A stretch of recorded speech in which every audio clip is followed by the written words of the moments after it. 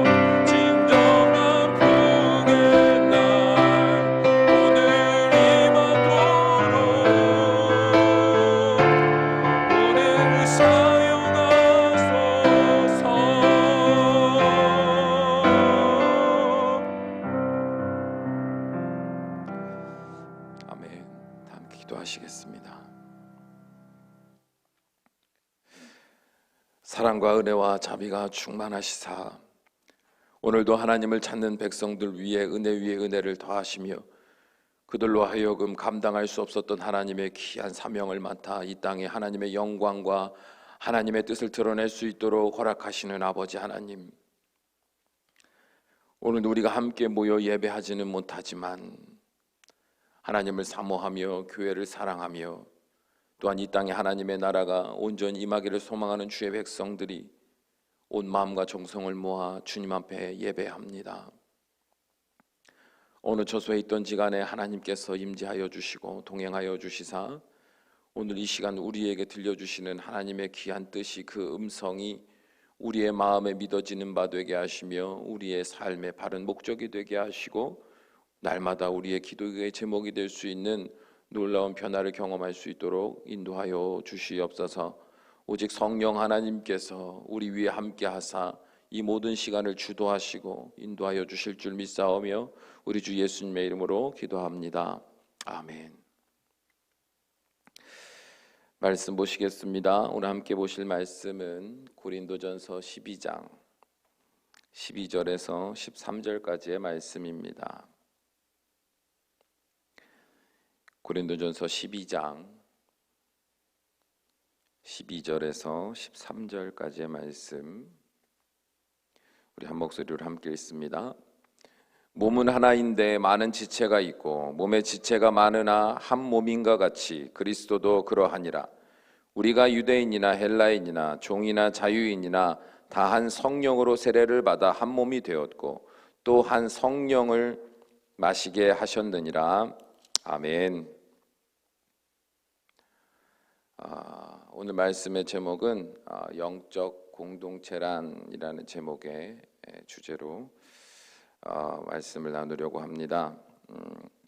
여러분은 교회 공동체에 대해서 어떤 이해를 가지고 계십니까?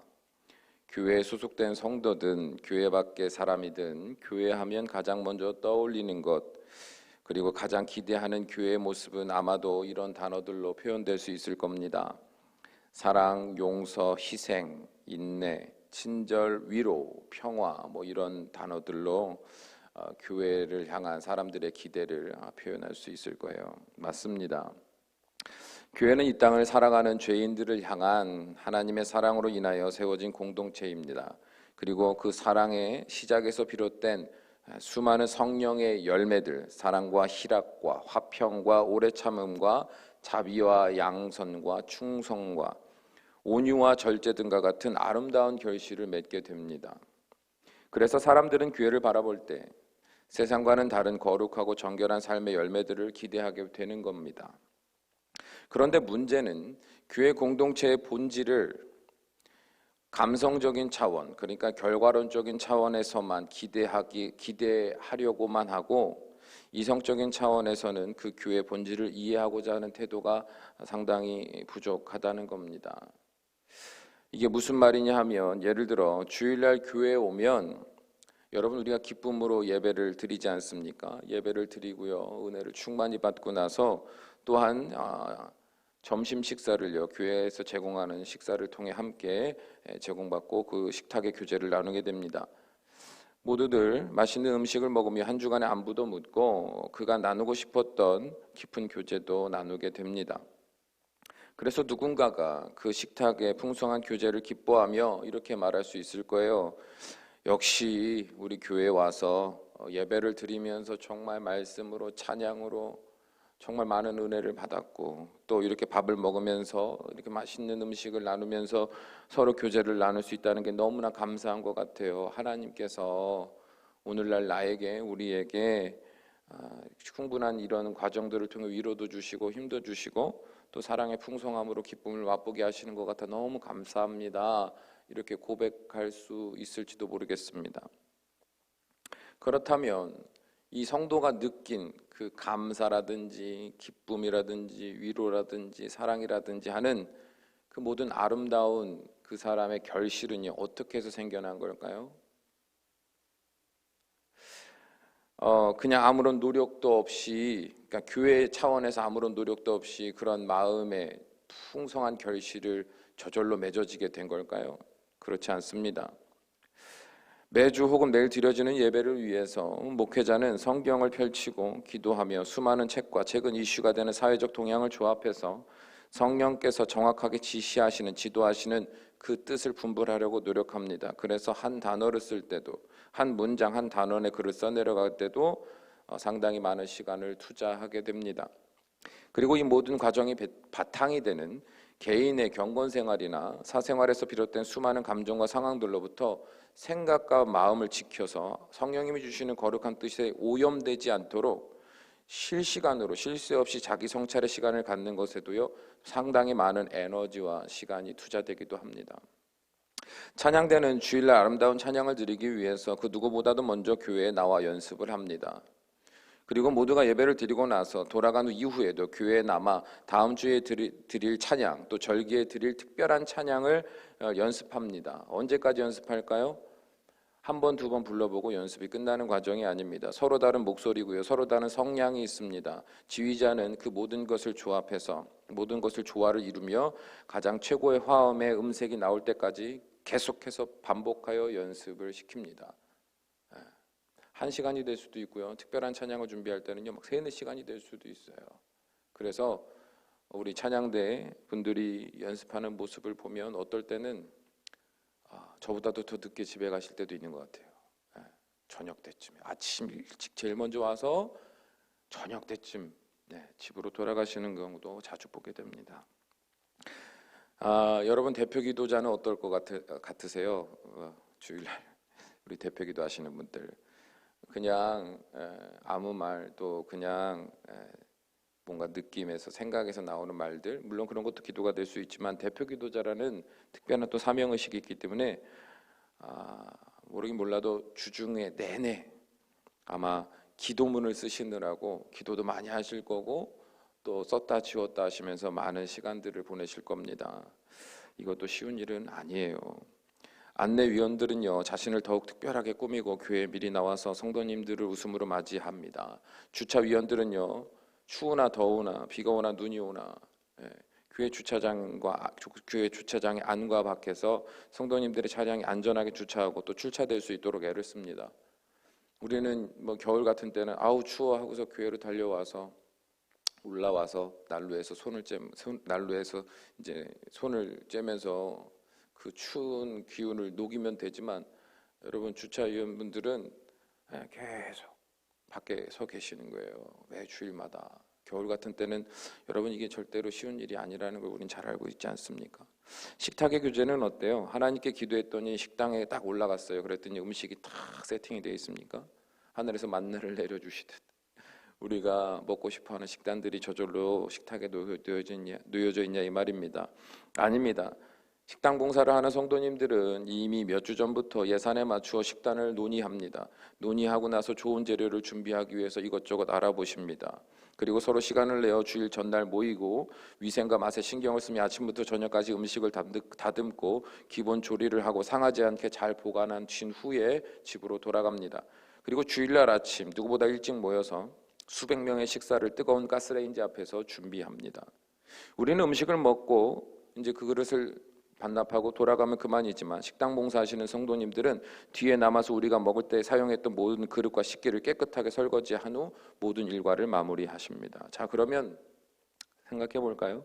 교회 공동체가 다른 누군가에게 하나님의 사랑을 느끼게 해주고 그 안에서 참된 평화와 기쁨을 찾게 해주는 일을 교회가 했다고 한다면, 여러분 이 일들은, 그 결과들은, 그 감정들은 저절로 생긴 겁니까? 아닙니다.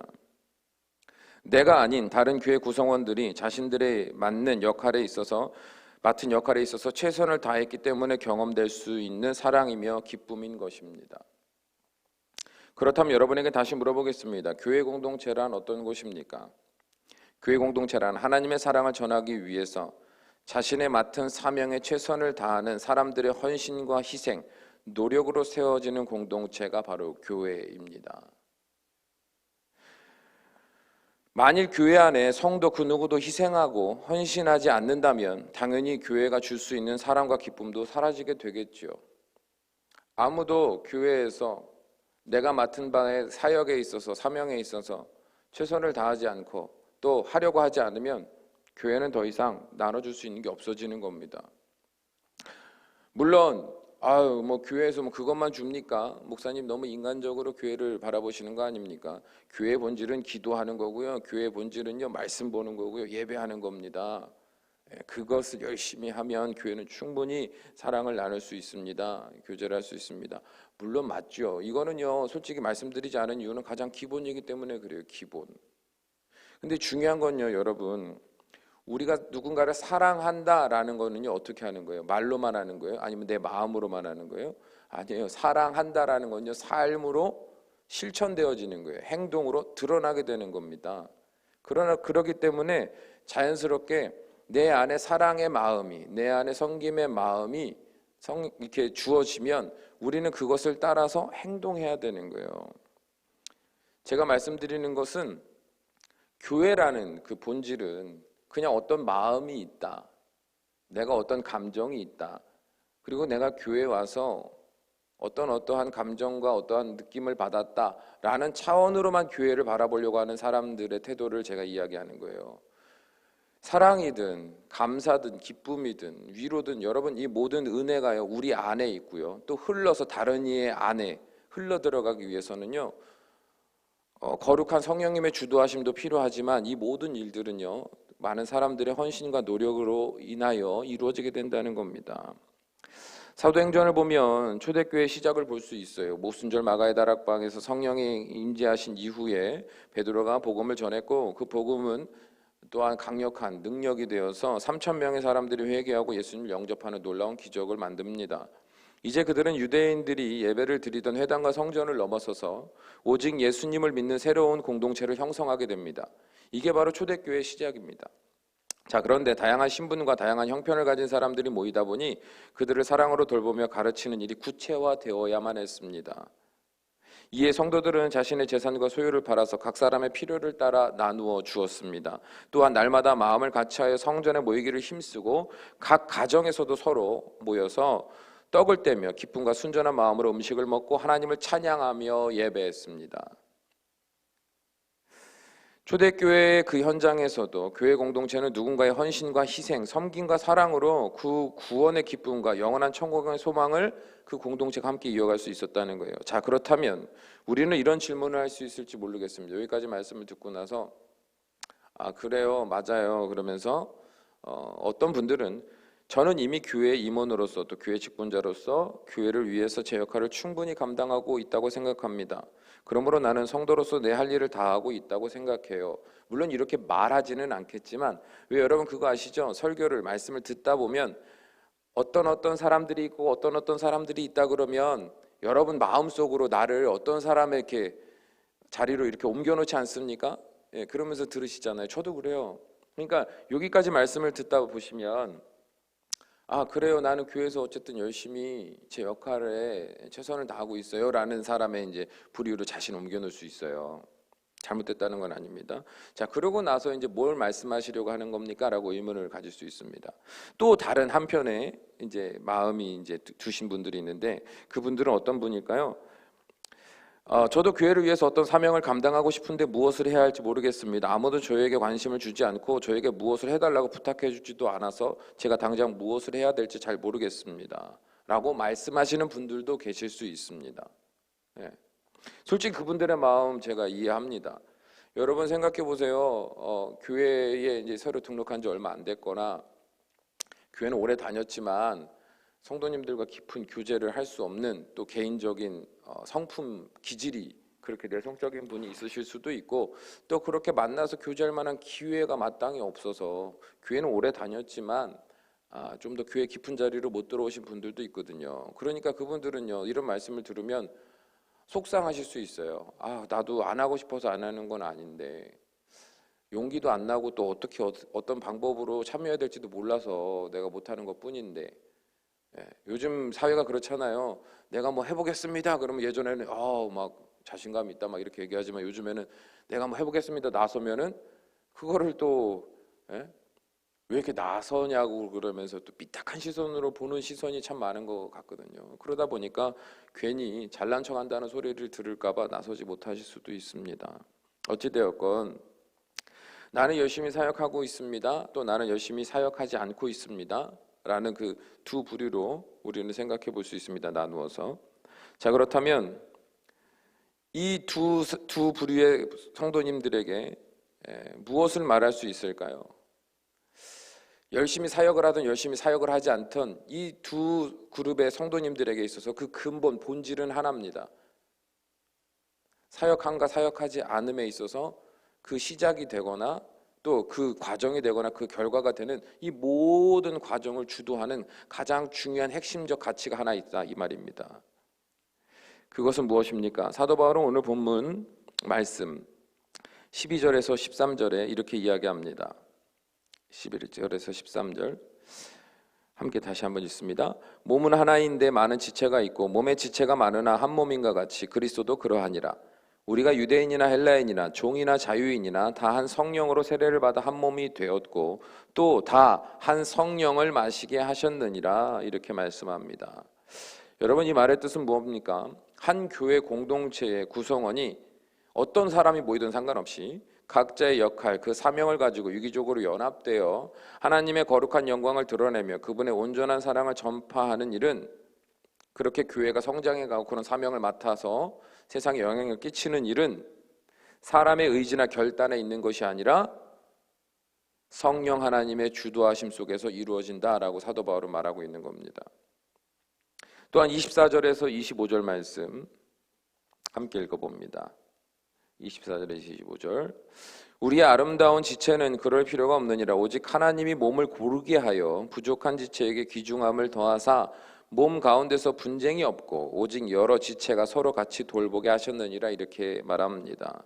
이 말 뜻은 뭡니까? 마찬가지로 하나님께서 우리 각 사람의 역할을 고르게 하신다는 거예요. 그리고 아름다운 지체로 하여금 부족한 지체를 돌볼 수 있는 사랑과 배려의 은혜를 하나님이 주신다는 거예요.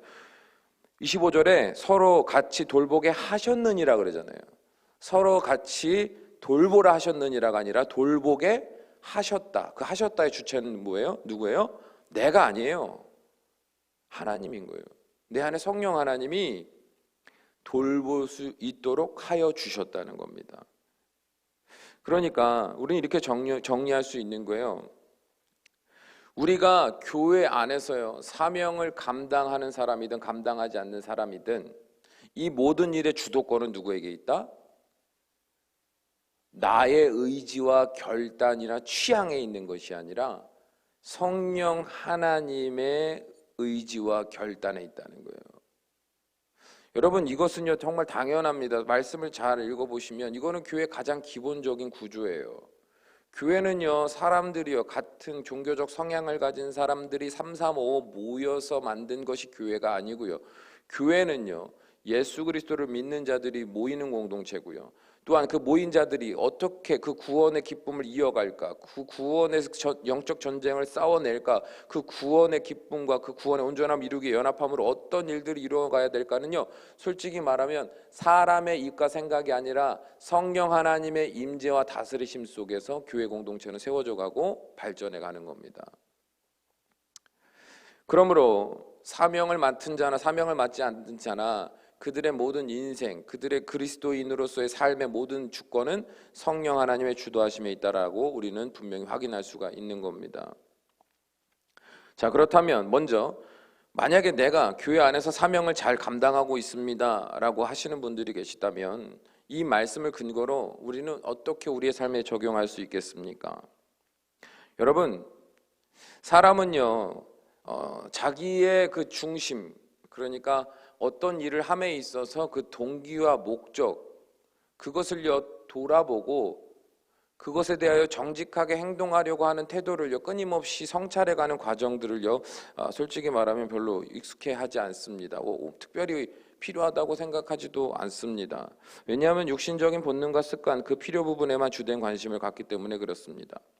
그러다 보니 교회 안에서 열심히 하나님이 주시는 그 감동을 따라 순종함으로 사명을 감당할다 할지라도 이 사명을 감당하는 내 모든 행위들이, 그 헌신들이 내가 어떤 마음에서, 어떤 의식 안에서, 또 어떤 기준과 어떠한 규칙과 어떠한 노력 안에서 이루어지고 있는지 잘 돌아보지 못할 때가 많습니다. 그러다 보면 여러분, 교회 사역을 하면서 오히려 하나님께 영광이 되며 사람들에게 그 구원의 복음의 기쁨과 은혜를 나누는 어떤 그런 사람으로 쓰임받기보다 오히려 교회 사역을 감당하고 있기는 하지만 반대로 교회 공동체에 악 영향을 끼치는 사람이 될 수도 있습니다. 자신을 돌아보지 않으면 말이죠. 그렇다면 여러분, 이것을 어떻게 할 수 있을까요? 복잡하게 생각할 필요 없어요. 제가 말씀드렸잖아요. 성령님이 주도하심 속에 우리는 사명 맡은 자 되고 교회 안에 지체로서 역할을 맡은 자 된다고요.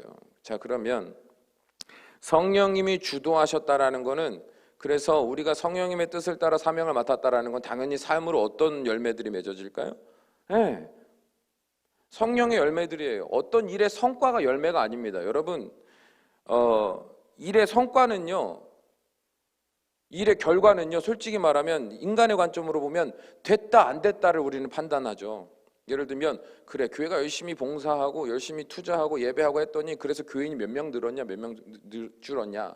여러분, 이거를요 교회의 어떤 발전, 성공, 실패의 어떤 기준으로 삼는다는 거예요. 그런 관점으로 여러분 불안해하고 그런 관점으로 교만해하고 막 이러고 살고 있다면 여러분, 하나님 보시면 웃으실 일이에요. 여러분, 영혼 구원은요 사람의 노력에 달린 겁니까? 아니잖아요. 영혼 구원은요 주님이 허락하셔야 이루어지는 거예요. 주님이 이끄셔야 이루어지는 겁니다. 우리는요 뭐예요? 그것을 결과로 목적으로 삼아서 존재하는 게 교회가 아니고요. 교회는요, 그 모든 하나님의 주도하심과 그 영원권의 역사가 이루어질 수 있도록 각자 맡은 역할에 있어서 정결함으로, 정직함으로 최선을 다해서 사명을 완수해내는 게 교회와 교회 공동체의 역할일 뿐입니다. 우리는 거기까지예요. 그러므로 우리는요, 우리가 지금 포커스를 맞춰야 될 것은요, 그래서 인간의 관점으로 어떤 목적을 세워놓고 결과를 세워놓고 그랬냐 안 그랬냐가 아니라 우리의 목적은요, 그 과정에 신경을 써야 되는 거예요. 주님이 나를 택하시고 우리를 택하셔서 이루어가시는 그 놀라운 구원의 역사의 과정에 쓰임받는 자로 그 과정을 내가 어떻게 살아가느냐, 그 오늘을 내가 어떻게 살아가고 있느냐가 우리 신앙의 포커스가 돼야 된다는 거예요. 나머지는 주님께 맡기는 겁니다.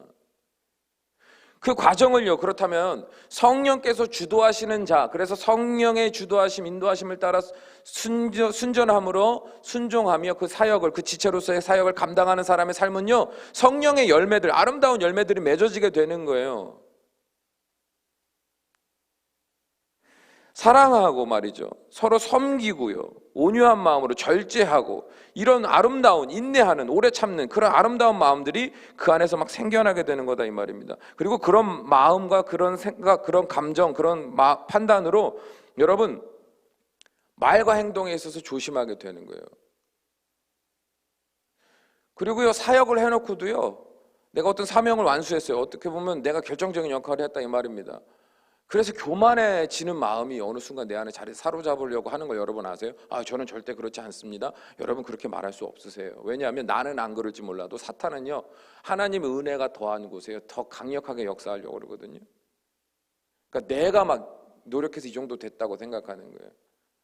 여러분, 아무리요 내가 주를 위하여 교회 한 지체로서 많은 봉사 헌신한다 할지라도요, 내 마음이 하나님의 거룩하신 뜻, 또 하나님의 영광, 그 앞에서 겸손히, 나는 없고 오직 주님의 영광만이, 또 나의 의와 나의 기준이 있지만 그것을 포기하지 않고 끊임없이 그 부분을 강조하고 살아내려고 한다면 여러분 나중에는요, 내가 살아온 인생을 딱 들여다보면 여러분 선한 영향력이 없어요. 여러분 일은요, 솔직히 결정적인 일이든 뭐 결정적이지 않은 일이든 솔직히 일은 그렇게 중요하지 않아요.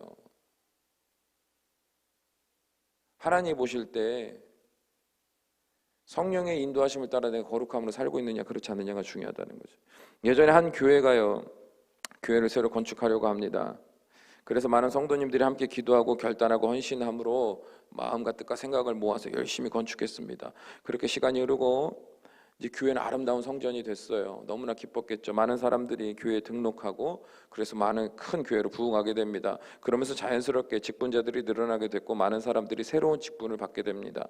그런데 한 성도님이 큰 시험에 들게 되는 거예요. 왜냐하면 교회를 건축할 때 가장 많은 헌금을 했고 또 그 교회가 건축되는 과정 속에서도 적극적으로 제일 열심히 동참했는데 막상 그런 자신이 이번에 교회에서 직분을 주는데 직분을 받는 자가 되지 않았다는 겁니다. 그래서 시험 든 거예요. 그리고 이내 교회를 상대로 건축헌금 반환 소송을 걸어버립니다. 목회자와 성도들은 그를 찾아가서 그의 마음을 위로하고 다양한 대안들을 함께 나누어 보자고 했지만 이미 마음에 섭섭함이 자리 잡은 그 성도님은 끝까지 마음을 풀지 않았습니다. 열지 않았어요. 그리고 마침내 교회로부터 수억 원의 돈을 돌려받고 교회를 떠나버렸습니다. 과연 하나님 보실 때 이 모습을 뭐라고 평가하실까요? 아마 하나님 앞에 섰을 때 이렇게 말할지도 모르겠어요. 하나님, 제가 얼마나 억울했겠습니까? 이제 그 입장에서는 제가 그렇게 교회를 헌신했는데 어떻게 저한테 그런 직분을 주지 않습니까? 라고 말이죠. 그럼 하나님 뭐라 그러실까요? 우리가 가진 특별한 재능이나 달란트, 또 여유로운 재산들, 여러분 이 모든 것들은요 내 것이 아니잖아요. 여러분 남들과는 다른 특별한 무언가가 여러분에게 있으십니까? 잘 생각해 보세요. 여러분이 피땀 흘려서 만든, 그래서 나의 것이 된 고유한 어떤 특징이고 장기고 능력입니까? 여러분 그렇게 생각하신다면 큰 착각이에요. 하나님이요 그 특별한 능력과 그 특별한 복을 누릴 수 있도록 하나님이 허락하셨고 그 모든 과정이 삐뚤어지거나 어그러지거나 망가지지 않도록 지켜 보호하여 주셨기 때문에 그것이 오늘날 내 것이 된 거거든요. 여러분, 그 모든 것들은요 하나님이 주신 거예요. 그래서요 우리가 그것을 가지고 하나님의 일을 위하여 한다는 것은 그것을 내 사명의식을 갖고 사용하고 쓴다는 거는요 어떻게 보면 하나님 거를 하나님이 쓰시는 거예요.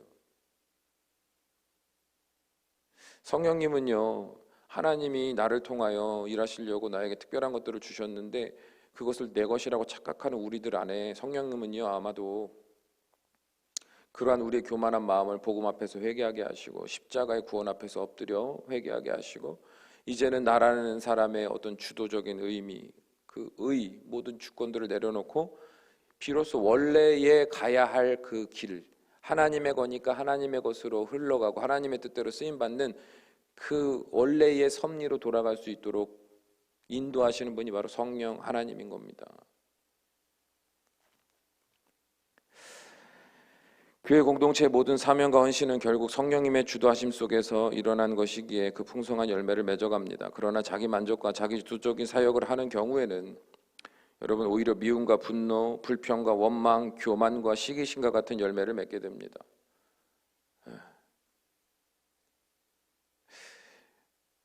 예전에 한 교회 이야기를 들었는데 그 교회는 뭘 하나를 하려면은 그 사역 분야를 맡은 성도님들의 결제를 다 받아야 된대요. 결제를.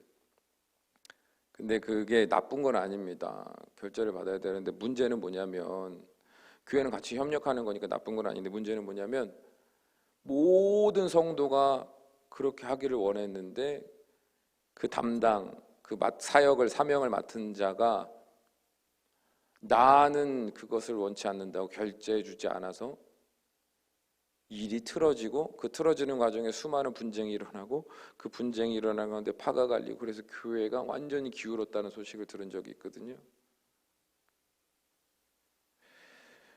여러분 우리는 결제자가 되어서는 안 됩니다. 내가 허락하는 사람이 되어서는 안 돼요. 여러분 사역을 하면서요 마음이 냉정함이 가득하고 매몰참이 가득하고 그래서 막 누구한테도 그렇고 막 여러분 그런 모습으로 하나님의 사명을 감당한다고 그 역할을 맡고 있다면 여러분 잘 생각해 보세요. 사람들이 나를 편애하고 나에게 감사하고 나를 보면 기뻐하는지 아니면 나를 보면 불편해하고 어려워하는지 여러분 이거는요 개인적인 이미지 관리하라는 게 아닙니다. 하나님 앞에 이건 두렵고 떨리는 일이기 때문에 그런 거예요. 열심히 교회에서 밤낮 없이 사역했는데 하나님 앞에 갔더니 오히려 그 생명의 면류관이 아니라 풍성한 열매가 아니라 오히려 많은 사람에게 상처를 주고 말이죠. 주눅들게 하고 무시함으로 인해서 그 사람이 넘어지게 만들고 막 악독의 말을 쏟아내고 교만의 마음으로 그 사람들을 어렵게 만들었다면 여러분 하나님 보실 때 우리는 오히려 악을 해간 거 아니겠습니까? 그러므로 교회 공동체 구성원으로서 사명을 맡으신 분이라면 날마다 그 사역을 실세 없이 해치우기 전에 내가 어떤 마음으로 누구를 위하여 무엇을 하고 있는지를 성령님 안에서 냉정하게 돌아보시고 날마다 마음을 정직하고 순결하게 지켜야 합니다. 말과 행동은요 특별히 더 신경을 써야 됩니다. 많은 사람 중에 나를 특별히 택하신 하나님을 먼저 생각해야 돼요. 하나님 생각해서 말을 참아야 돼요. 하나님 생각해서 내 행동에 있어서 거룩함으로 절제하고 노력해야 되는 거예요. 하나님 때문에, 나를 택하신 하나님 때문에. 두 번째로 교회 안에서 내가 무엇을 감당해야 할지 모르시겠습니까? 이제 나는 교회에서 뭘 해야 될지 모르겠어요. 여러분 그렇게 생각할 수 있습니다. 그런데 솔직히 말하면 정말 몰라서 그러는 겁니까? 숙기가 없거나 내성적인서 그럴까요? 아닙니다. 하나님은요, 우리는 이제 하나님이 우리에게 어떤 사명을 맡기실 때는요, 내가 잘할 수 있다고 생각하는 일을 통하여서 일하시기도 하지만 때로는 내가 전혀 상상치도 못한 일을 통해서 일하실 때도 있습니다. 우리는 인간적으로 내가 그런 일을 할 수 없다는 상식적인 이해 안에서 성령님의 감동하심을 냉정하게 거절하기도 합니다. 그러니까 성령님이 내 안에서 야 이런 거를 했으면 좋겠어라고 감동을 주셨는데 내가 지금 내 형편에 지금 내 처지에 지금 내 스케줄상 이거는 못하는 거야 라고 내가 거절함으로 안 할 수도 있다는 거예요. 그러나 여러분, 우리는요 착각하면 안 됩니다. 내가 할 수 있다 없다, 내가 그것을 통해서 뭐 어떤 가치 있는 일을 이룰 수 있다 없다, 우리가 판단하는 주도권이 우리한테 없어요, 여러분. 예? 아까 말씀드렸죠. 우리에게 사명을 주시고 우리가 그 사명을 감당할 수 있는 힘과 능력과 지혜를 주시는 이는 성령님이고요. 그 과정도 주관하시는 성령님이, 그 결과를 주관하시는 또 성령 하나님이세요. 우리는요 자꾸 착각하면 안 돼. 우린 도구예요, 도구. 그러니까 주인이 삽을 들어다가, 땅을 파야 되는 그 삽을 들어다가 나무를 찢겠다 그러면 주인 뜻인 거예요. 그만한 이유가 있는 거예요. 도구는요 할 수 있다 없다를 말하는 사람들이 아닙니다. 설사 내가 도저히 할 수 없는 그런 일들을요 나에게 주신다 할지라도 솔직히 걱정할 필요가 없는 거예요. 왜요? 내가 그것을 처리할 능력이 없는 걸 주님은 아세요. 근데 맡기신 건 뭐예요? 주님이 하실 거니까 맡긴 거죠. 우리는요 그 사역에 필요하니까 쓰임 받았을 뿐이에요. 그러니까 마음에 주셨을 때는요 그 감동을 따라서 순종하는 것이 맞다 이 말입니다. 예전에 이제 여러분 그 중고등학생들이, 교회에서 중고등학생들이 예전에는요 1년에 한 번씩 문학의 밤이라는 걸 했었거든요. 문학의 밤. 제가 이제 전도사로 있을 때만 해도 그 문학의 밤을 하는 교회들이 그래도 꽤 있었습니다. 1년에 한 번 딱 겨울쯤에 준비를 합니다. 그 공연 안에는 연극도 있고 춤도 있고 노래도 있고 막 재밌는 걸로 가득 차 있죠. 그리고요 주변 친구들을요 이렇게 전도할 목적으로 그날 특별히 초청해가지고 막 보여주고 하는, 교인들도 함께 와서 이제 우리 학생들의 그 공연을 보고 박수도 쳐주고 막 같이 음식도 나누고, 어떻게 보면 교회 잔치 같은 어떤 그런 좋은 행사였어요. 그러던 그 공연 중에, 문학의 밤 행사 중에 가장 메인의 공연이 있는데 그것은 뭐냐면 이제 마지막에 되는 그 성극입니다. 성극. 이 성극은요 비중이 상당히 컸습니다. 그리고 많은 학생들이요 그 성극의 주인공을 하고 싶어 했어요. 그래서 이제 역할을 배분하다 보면 주인공을 누가 하느냐 마느냐가 항상 핫 이슈였습니다. 이렇게 서로 이제 어느 교회가 이제 준비를 하다가요, 이 문학의 밤 준비하다가 주인공 자리만 딱 남게 된 거예요. 성극. 다들 하고 싶은데 눈치만 보다가 말을 못 하고 그러고 있을 때 한 남학생이 손을 들고 얘기하는 거예요. 내가 주인공을 해보겠다고. 그랬더니 주변의 순간 이제 공기가 차가워집니다. 학생들을 비롯해서 선생님들도 놀라고 또 당황하는 기색이 역력합니다. 왜냐하면 그 남학생은요 평소 말을 좀 더듬는 친구였고 평소 교회 안에서도 크게 주목을 받지 못하는 학생이었거든요. 여러분 그거 아시잖아요. 교회에 있다 보면 알고 친한 사람끼리는요 뭐 항상 가족 같지만 주목받지 못하는 사람은요 특별히 누가 신경 써주지 않는 한 끝까지 주목 못 받거든요. 이제 그런 사람인 거예요. 그런 학생인 거예요. 그러니까 다들 생각하는 거죠. 그가 손을 들고 주인공 하겠다고 하니까 말도 제대로 못하고 연기에 소질도 없는 사람이 가장 중요한 그 성극의 주인공을 한다고 하니까요. 당황한 거죠. 감히 누구도 너는 못해라고 용기를 내어 말도 못하니까 그냥 어쩔 수 없이 그 학생이 주인공이 됐습니다. 이제 연습을 하면 할수록 좋아지겠지. 그래도 다시 한번 마음을 긍정적으로 먹고 선생님들이 연습을 시켜봤지만 할 때마다 틀리는 겁니다. 오히려 틀리면 틀릴수록 긴장감이 더해지고 마음의 두려움이 더 커져서 더 많은 부분까지 틀리게 되는 거예요. 공연 직전까지도 결국에는 완벽하게 해결이 되지 못한 채 시간에 쫓겨 이제 문학의 밤 당일이 되고 모든 행사가 끝나고 성극의 공연이 진행됩니다. 무사히 그래도 다행히 모든 성극이요 원활하게 진행이 됐고 마지막 하이라이트 부분, 이제 주인공 독백 부분이 있습니다. 하늘을 바라보며 이제 막 하나님께 뭐라고 막 말하는 독백 부분이에요. 이게 하이라이트인 겁니다. 근데 이 주인공을 맡은 남학생이 무대에서 탁 무릎을 꿇고 천장을 바라보며 롱핀이 그 학생만 딱 비추는 상황, 독백의 그 상황이 딱 됐는데 머리가 하얘져 버린 거예요. 머릿속이 하얘진 거예요. 대사가 완전히 생각나지 않은 겁니다. 사람들이 이제 웅성웅성거리기 시작한 거죠. 뭐야, 왜 그래? 갑자기 뭐 뒤에 이제 학생들이나 선생님들은 이제 막 분노에 차기 시작한 거예요. 내 그럴 줄 알았다. 그러니까 왜 능력도 안 되는 게 그런 일을 한다고 막 열받아 막 쟤 때문에 공연 다 망쳤어 막 어떤 학생들은 울기도 하고 속상해서 막 난리가 났어요. 근데 이 학생이 가만히 천장을 바라보다가 자기도 이제 너무 당황해서 그러다가 갑자기 입을 떼어 말하기 시작합니다. 그러니까 사람들이 순간 조용해지면 주목하는 거예요. 하나님, 저는 말도 잘 못하고 무언가 잘 외우지도 못합니다. 그래서 마음으로 나는 이번 문학의 밤 때도 합창 말고는 할 수 있는 게 없다고 생각했습니다. 그런데 마음속에 성령님이 계속 내가 주인공을 했으면 좋겠다, 나는 네가 주인공을 했으면 좋겠다라고 말씀하셨는데 저는 제 생각인 줄 알고 저 욕심인 줄 알고 그 소리에 집중하지 않았습니다. 그러면 그럴수록 제 마음은 더 강하게 강권하는 그 은혜를 느꼈고 저도 모르게 손을 들어 주인공을 하겠다고 했습니다. 더 이상 무엇을 할지 그러나 독백 부분에 있어서 제가 모든 걸 잊어버리고 더 이상 무엇을 할지 몰라 절망하고 있는 그 순간 주님 말씀하셨습니다. 내가 찾는 사람은 모든 사람이 듣기에 유창한 말을 하는 사람이 아니라 내가 말할 때 불가능해 보이는 일에도 순종하는 사람이라고 말이죠.